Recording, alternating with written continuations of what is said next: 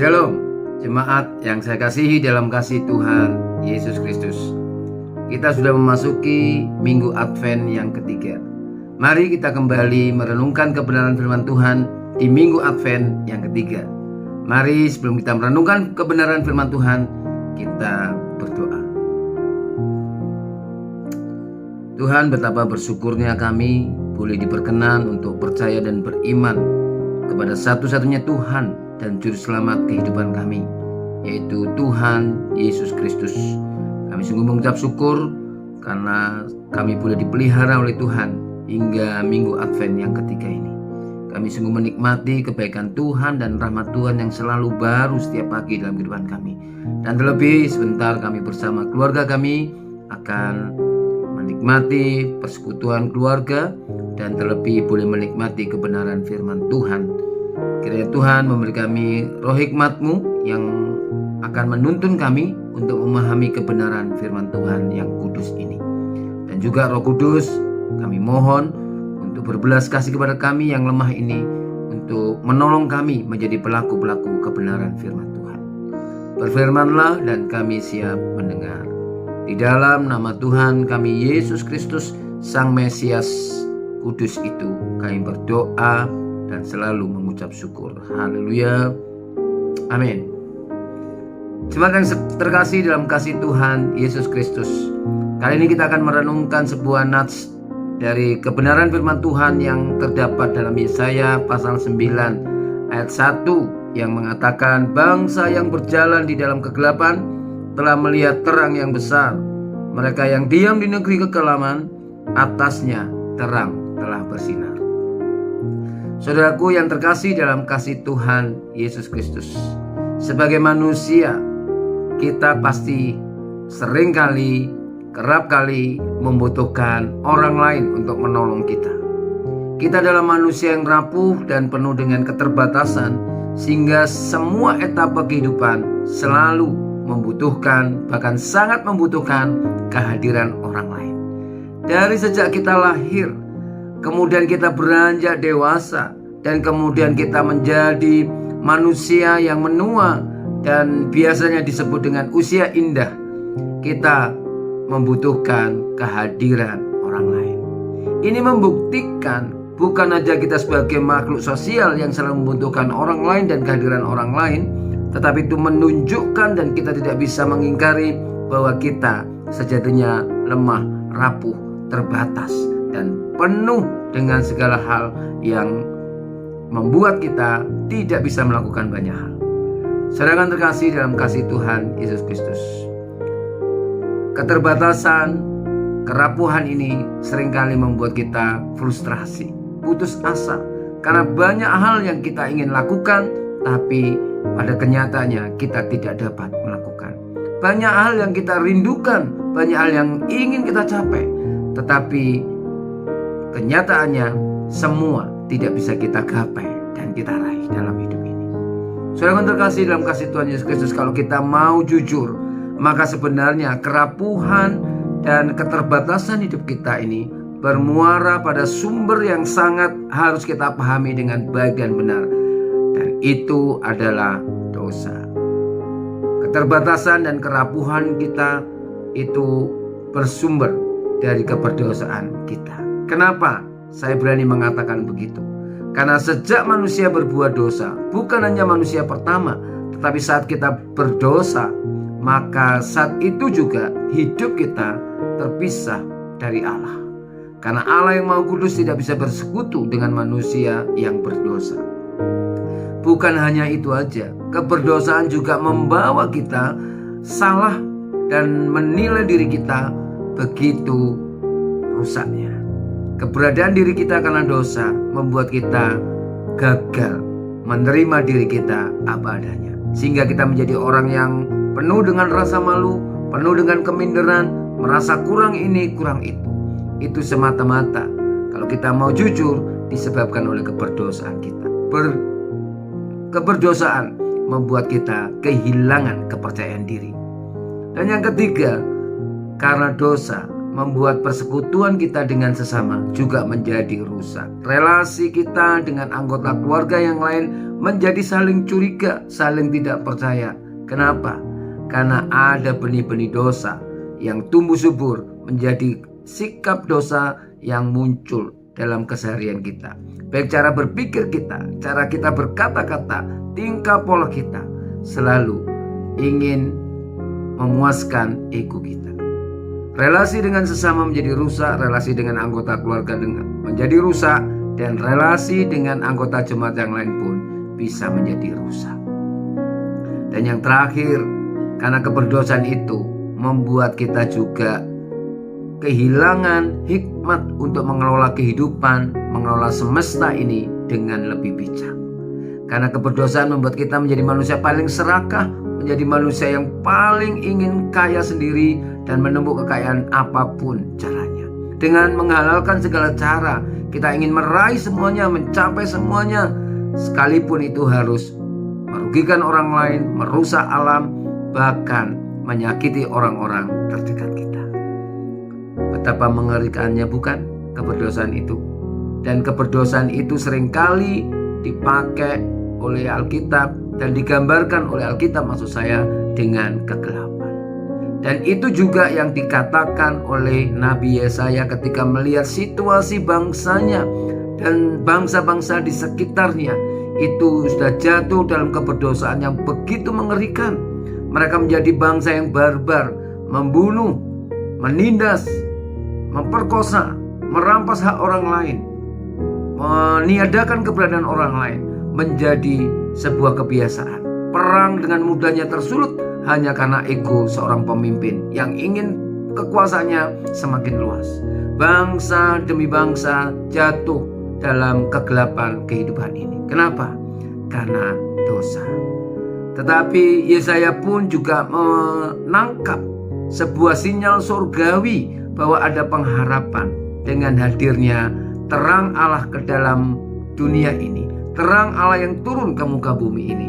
Dan dia mengatakan bangsa yang berjalan di dalam kegelapan telah melihat terangnya yang besar. Ini adalah berita sukacita, ini adalah berita gembira, ini adalah kesukaan besar yang dibawa dari sorga dan ditangkap dengan baik oleh Yesaya dan disampaikan ke bangsa Israel. Dan sebenarnya Natal adalah memperingati lahirnya dan hadirnya sang terang itu. Bukan hanya terang, tetapi juga sumber kehidupan itu, yaitu dengan kehadiran sang Mesias tunggal satu-satunya. Dan itu hanya ada di dalam Allah yang menjadi manusia di dalam pribadi Tuhan Yesus Kristus. Itulah yang kita rayakan setiap kali kita memasuki bulan Desember dan merayakan Natal. Saudara terkasih dalam kasih Tuhan Kristus, inilah pengharapan satu-satunya bagi manusia berdosa yang tidak bisa melepaskan dirinya dari belenggu dosa, yang tidak bisa menyelesaikan masalah dosa dengan segala daya upaya, termasuk itu yang disebut kesalehan, termasuk itu yang disebut kebaikan manusia, tidak bisa menyelesaikan urusan dosa. Dan Allah tahu hal ini, makanya Allah dengan inisiatif ilahinya turun ke bumi untuk menyelesaikan masalah dosa yang tidak akan pernah bisa diselesaikan oleh manusia, dan dengan segala daya upaya yang keluar dari makhluk yang disebut manusia. Allah akhirnya menyelesaikan itu. Dan hal itu pun dicatat dengan baik oleh Yohanes. Dan dia menuliskannya di dalam Injil Yohanes pasal 1 ayat 4 dan yang kelima, yang mengatakan dalam dia ada hidup, dan hidup itu adalah terang manusia. Terang itu bercahaya di dalam kegelapan, dan kegelapan itu tidak menguasainya. Jadi Yesus Kristus adalah terang itu, sekaligus sang sumber hidup itu. Jadi barang siapa mau percaya kepada Tuhan Yesus Kristus dengan sungguh, maka dia akan beroleh terang hidup, dan dia juga akan mempunyai sumber kehidupan. Sehingga kita yang putus asa dan frustrasi karena keberdosaan yang menghasilkan keterbatasan hidup, kerapuan hidup, sakit penyakit, penderitaan hidup, maka saat kita percaya pada Tuhan Yesus Kristus, maka kita akan dipulihkan pengharapan kita, gairah hidup kita, Bahkan jauh lebih mendasar dari itu, hidup kita dipulihkan sehingga kita menjadi anak-anak kekasih Allah kembali. Syarat dan ketentuan tetap berlaku, yaitu percaya sungguh kepada Sang Kristus Yesus, Sang satu-satunya Tuhan yang menjadi manusia untuk menebus dosa saudara dan dosa saya. Dialah Sang terang, Dialah Sang sumber kehidupan itu.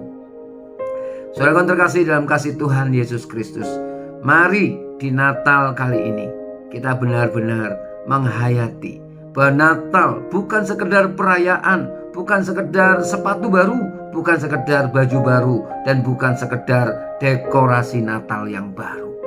Natal adalah kehadiran kehidupan yang dibawa oleh Tuhan Yesus Kristus sendiri untuk menghidupkan setiap orang yang mau percaya kepadanya. Natal adalah berita sukacita di mana ada pengharapan hidup kekal di dalamnya. Dan ini yang harus kita responi dan kita sikapi dengan hati yang baru, dengan pola hidup yang baru, dengan cara hidup yang baru, dengan segala hal yang berangkat dari kita yang sudah diperbarui oleh Allah di dalam Roh Kudus-Nya.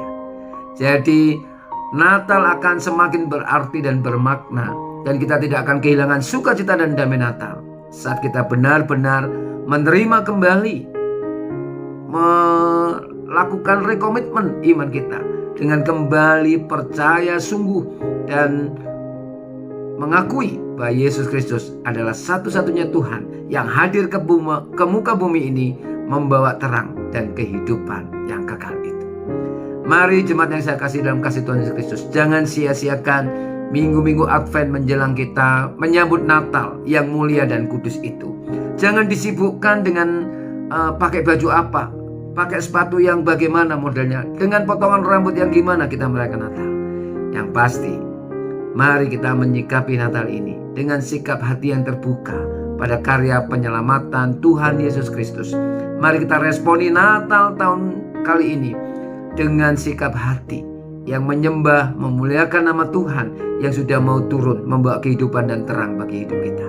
Dengan percaya pada Tuhan, dengan percaya kepada Tuhan Yesus Kristus, maka kita akan dituntun untuk melewati kebenaran demi kebenaran. Tidak lagi hidup dalam kegelapan dosa, tapi kita akan diubahkan menjadi manusia yang baru, manusia yang punya semangat hidup, manusia yang selalu punya pengharapan sekalipun masalah ada dan senantiasa ada.